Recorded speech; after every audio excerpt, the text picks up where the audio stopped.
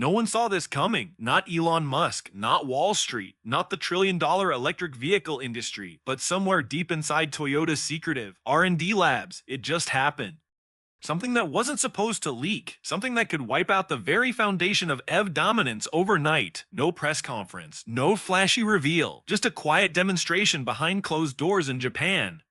A single prototype, no battery, no gasoline, no hydrogen tank, just water. Within 48 hours, the shockwave had already begun with $17 billion in EV stock value gone. Tesla staggered. Rivian plunged, and Panasonic went red because what Toyota's CEO allegedly unveiled isn't just a new engine, it's a direct threat to everything the electric revolution was built on. Rainwater, tap water, even seawater. The car doesn't store hydrogen, it makes it on the fly as it drives. No rare earths, no superchargers, no lithium, just a steady chemical reaction that rewrites every rule. Sources inside the room described the moment as surreal. One executive stood in stunned silence. Another broke decades of protocol and applauded for poor 6 minutes straight. For Japan's famously stoic boardrooms, that's not excitement, that's a seismic event. If this tech is real and early leaks say it is, then the future doesn't belong to batteries, it belongs to water. So before this gets buried, before the lobbyists scramble to shut it down, hit that like button, subscribe, and stay with us because what you're about to hear may be the beginning of the end for electric cars.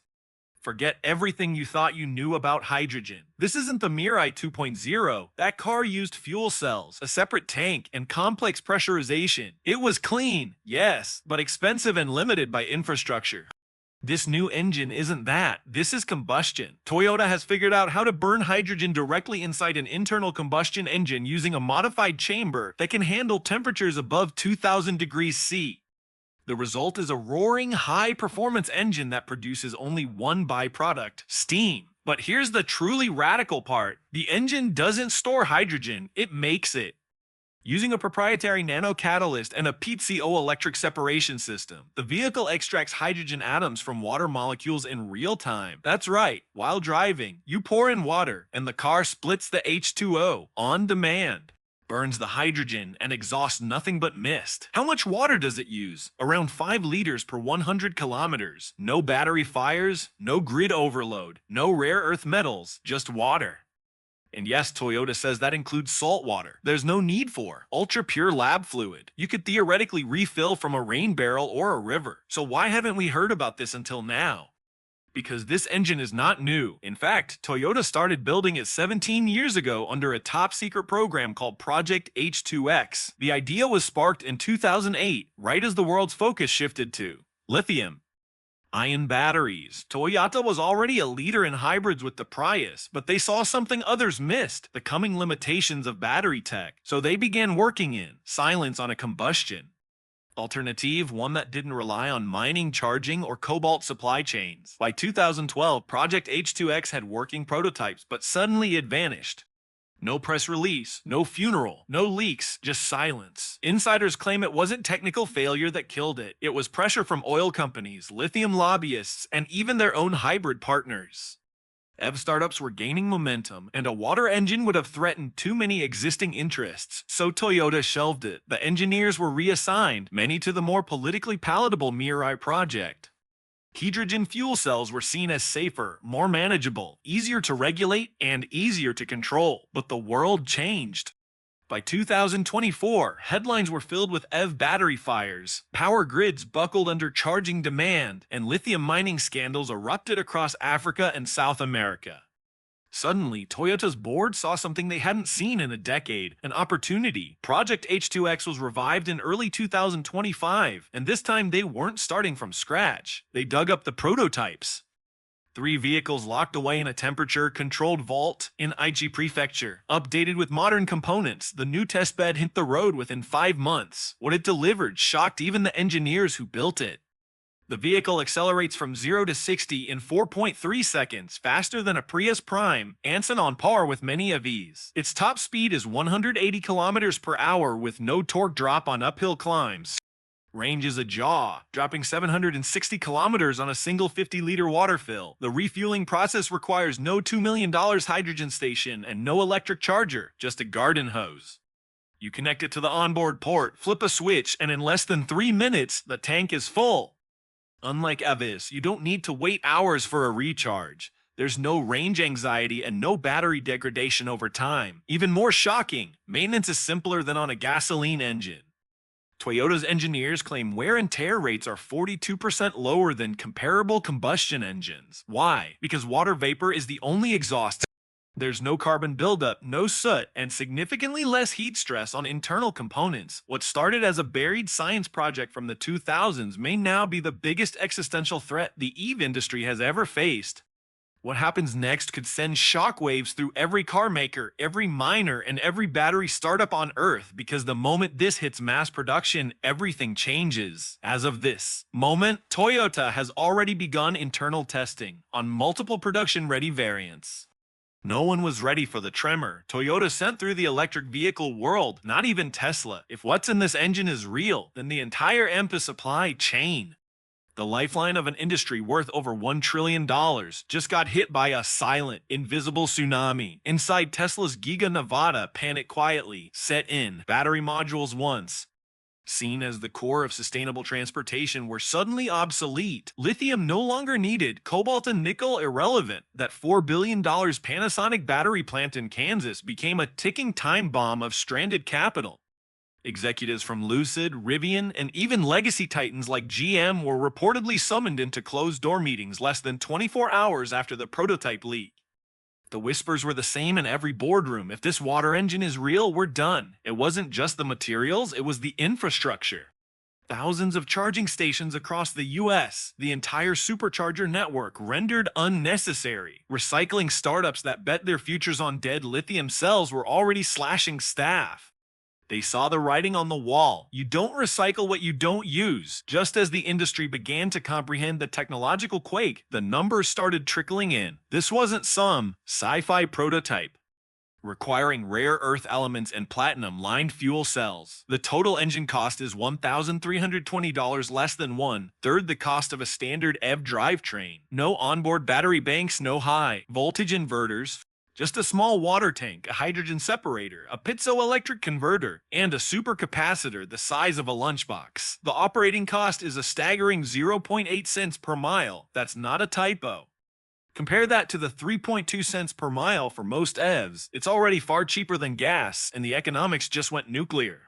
Even factoring in full vehicle production and energy sourcing, the lifetime emissions of this water-powered car came in 78% lower than the greenest Tesla, including manufacturing. Then came the kicker. The break-even point is 1.4 years. That's how fast an average user would recover the entire premium through fuel savings. After that, it's nearly free transportation indefinitely. So what kind of magic was buried inside this thing? At its core is something that engineers once called impossible, a piezo electric ultrasonicator. Using high-frequency mechanical vibrations, it splits water molecules instantly into hydrogen and oxygen, on demand. Not stored, not compressed, not explosive. The hydrogen feeds a small combustion chamber while oxygen is expelled or reabsorbed. The energy is buffered not by a lithium ion packed, but by a dense supercapacitor array that stabilizes current and recharges from the car's own kinetic motion. Cold start is verified at minus 22 degrees C, meaning it works in winter.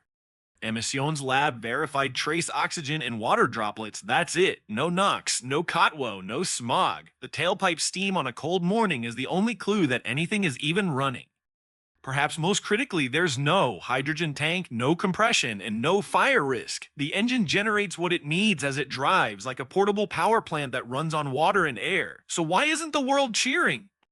Because some very powerful people are furious. Within 48 hours of the leak, European Union regulators reportedly issued an internal directive to review all synthetic fuel and alternative hydrogen standards. Translation: find a way to discredit it. Oil lobbyists in Texas, blindsided by a fuel source that doesn't involve drilling, pipelines, or refining, called the announcement a PR stunt, even as they privately began lobbying for emergency fuel tax protections. One U.S. senator allegedly drafted a bill proposing a water usage tax for non-agricultural vehicular consumption. A tax on water, you can't make this up. In China, automotive R&D divisions began pulling archived Mirai documents from university partnerships. Reverse engineering has already begun. Japan's Ministry of Economy was reportedly warned that intellectual theft is now inevitable. As the news spread, Tesla made a shocking move, suspending all upgrades to the Cybertruck drivetrain. No official reason was given, but insiders claim it's because Musk himself wants to understand the water engine before committing to another round of electric innovation. If even 60% of this is real, it changes everything. Toyota isn't just threatening the EV market, it's threatening the geopolitical foundation of the energy economy. No lithium, no rare earths, no grid dependence, just water. That one word is enough to cause panic across industries, continents, and ideologies because water isn't controlled, it can't be privatized, and it can't be fracked. When technology makes it the fuel source of the future, you don't just disrupt energy, you rewrite civilization. The real battle is only just beginning. The first casualty is money. The financial quake didn't stop at Silicon Valley. Just hours after Toyota's secret was exposed, oil markets hemorrhaged value. Saudi Aramco, the crown jewel of petroleum dominance, lost a staggering $41 billion in market capitalization in a single trading day. That's not a dip, that's a rupture. Across the globe, Norway's trillion-dollar sovereign wealth fund hit the brakes on its aggressive lithium mining investments. For years, they'd banked on EVs to be the future. Overnight, their crystal ball cracked. They began unloading shares in lithium startups before the media could even spin the story. Meanwhile, India quietly but deliberately began signaling interest in becoming a water engine manufacturing hub by 2026. Leaked meeting memos suggest top officials met with Toyota's Asia Pacific division barely 48 hours after the leak, eyeing rural refueling infrastructure and military adaptation in the Himalayas. The Japanese yen, long battered by inflation, surged back to life. Toyota's stock exploded 18% in one trading session, the biggest single-day gain in the company's modern history. In a twist no analyst had forecast, Russia entered the chat. Kremlin insiders allegedly greenlit a fast-track program to adapt the engine for use in tanks, logistics trucks, and even submarine drone prototypes. But just as the world scrambled to catch up, more secrets leaked, and this time it wasn't from Toyota. In early June, anonymous engineers rumored to be part of a fired subcontractor team posted full schematics of the PZO catalytic hydrogen separator on a whistleblower forum. Within hours, the documents had been downloaded over 4 million times. Japan's patent office confirmed the technology had been briefly registered in 2023 and then mysteriously withdrawn. Suspicion grew that Toyota was forced into silence until now. Internal memos from research divisions in Nagoya and Tsukuba revealed something even more audacious. Toyota had already deployed 10 test fleets across 3 continents under dummy companies. One prototype was field tested in rural Kenya. Muddy roads, extreme heat, elevation shifts. The result was zero performance degradation. In fact, new lab reports confirmed that even in sealed environments like tunnels or underground garages, the engine's emissions remain non-toxic. Just water vapor and trace oxygen. No carbon dioxide, no nitrogen oxides, no soot, not even residual hydrogen. It was so clean you could technically breathe the exhaust. But not everything is perfect, and now the red flags are starting to ripple through the system. Water. Yes, water could become the new oil in regions already battling drought like California or parts of sub-Saharan Africa. Experts warn that localized fuel demand could overwhelm municipal supplies. We're entering uncharted territory where geopolitical tensions could emerge over who gets to fuel their cars and with whose water. That's not all. The engine's core system requires corrosion, NTN, entering uncharted territories. That's a man to that. Entering uncharted resistant alloys, bumping up initial manufacturing cost by an estimated 15%. Some metals used aren't rare, but they are niche, and the global supply chain isn't ready. Insurance agencies are reportedly baffled. One source claims that underwriters can't categorize the engine under EV, ICE, or even hydrogen fuel cell classes. It's a regulatory no man's land. Municipal governments may even begin to cap daily water usage for public fueling stations to avoid pressure on their grids. If that happens, EV infrastructure upgrades, chargers, substations, battery backups could be halted permanently. Why build for a powertrain that just got leapfrogged by water and sound waves? The storm isn't over. In fact, it's just starting. Toyota is expected to go fully public with the water engine at the next Tokyo Auto Show. Not as a concept, but with full-scale production timelines. Initial rollout models may appear in Asia and the Middle East first, where adoption lagged due to infrastructure issues. Now, that delay looks prophetic. And what about Elon Musk? So far, silence. No tweet, no meme, no press conference. The man who's commented on every world event from Dogecoin to deep state conspiracies hasn't said a word about the engine that could render Tesla's entire mission obsolete. Insiders say Cybertruck production upgrades were quietly frozen pending review, but other automakers aren't waiting. Leaks from Detroit and Seoul suggest that emergency meetings are already underway, with some companies requesting government bailouts just to pivot toward water-based propulsion. As for Toyota, they're not slowing down. A roadmap was quietly submitted to the Japanese Ministry of Economy last week. The target is 1 million water engines per year by 2027. This isn't just the end of electric as we know it. It's the reset button for the entire global auto industry. From Detroit to Dubai, from charging cables to cobalt mines, everything is now hanging by a thread. The revolution won't be televised. It will be unleashed with the turn of a key and a splash of water. If this is just the beginning, you won't want to miss what comes next. So hit subscribe and stay ahead of the shockwave.